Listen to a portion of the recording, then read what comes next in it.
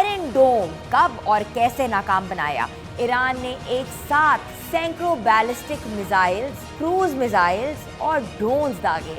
Multi layer दिफाई निज़ाम iron डोम पर बहुत बुरा असर हुआ और कम रफ्तार, कम ऊंचाई आयरन डोम के रडार के लिए चैलेंज थी। ईरान ने सस्ते हथियारों की बड़ी तादाद दाग कर इसराइल को महंगे इंटरसेप्टर्स इस्तेमाल करने पर मजबूर किया, जिससे उसकी मिसाइल पर दबाव पड़ा। अस्सलाम वालेकुम, यू डिजिटल के साथ मैं हूं हिना सलमान। आपको बताते हैं कि ईरान ने इसराइल का करोड़ों डॉलर्स का दिफाई निज़ाम आयरन डोम कब और कैसे नाकाम बनाया।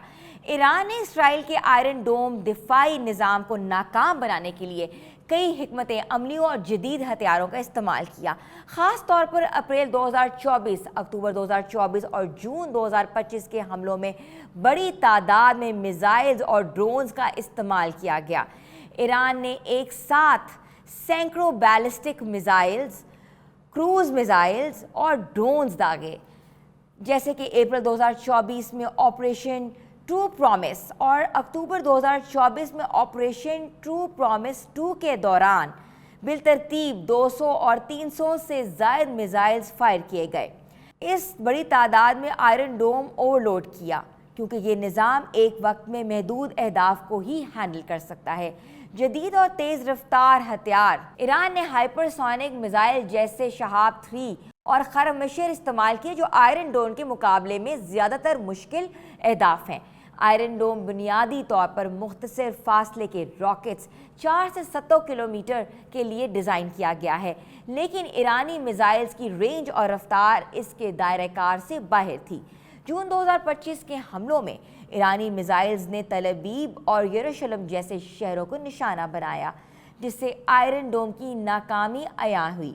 हमलों की हिकमत अमली ईरान ने ड्रोन्स, क्रूज मिसाइल्स और बैलिस्टिक मिसाइल्स को मिलाकर हमले किए, जिससे इसराइल के मल्टी लेयर दिफाई निज़ाम आयरन डोम पर बहुत बुरा असर हुआ और कम रफ्तार, कम ऊंचाई आयरन डोम के रडार के लिए चैलेंज थी, और जबकि बैलिस्टिक मिसाइल्स की रफ्तार ने इसे मगलूब किया।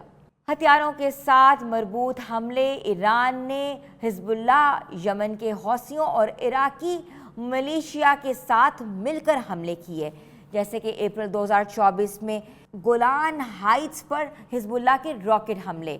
इससे इसराइल के दिफाई निज़ाम को एक साथ कई महाजों पर लड़ना पड़ा, जिससे आयरन डोम की सलाहियत को कमज़ोर किया। इंटेलिजेंस और खुफिया तैयारी ईरान ने अपने हमलों की तैयारी को खुफिया रखा, जिससे इसराइल की खुफिया एजेंसी जैसे मोसाद पेशगी इतलात हासिल ना कर सकी। मिसाल के तौर पर हमास के 2023 के हमले में भी नई मवासलाती तरीक़ों ने इसराइल की AI को नाकाम किया था और ईरान ने इसी हिकमत अमली को बेहतर बनाया। आयरन डोम्स का हर इंटरसेप्टर मिसाइल 40,000 से 90,000 डॉलर का होता है, जबकि ईरान के ड्रोन्स और रॉकेट्स निस्बतन सस्ते हैं।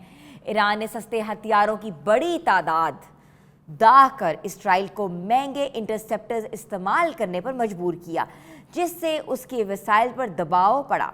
जून 2025 में ईरान ने 13-14 जून की रात मुतादिद मकामात पर हमले किए, जिनमें तल अबीब, यरूशलेम और दीगर शहर शामिल थे।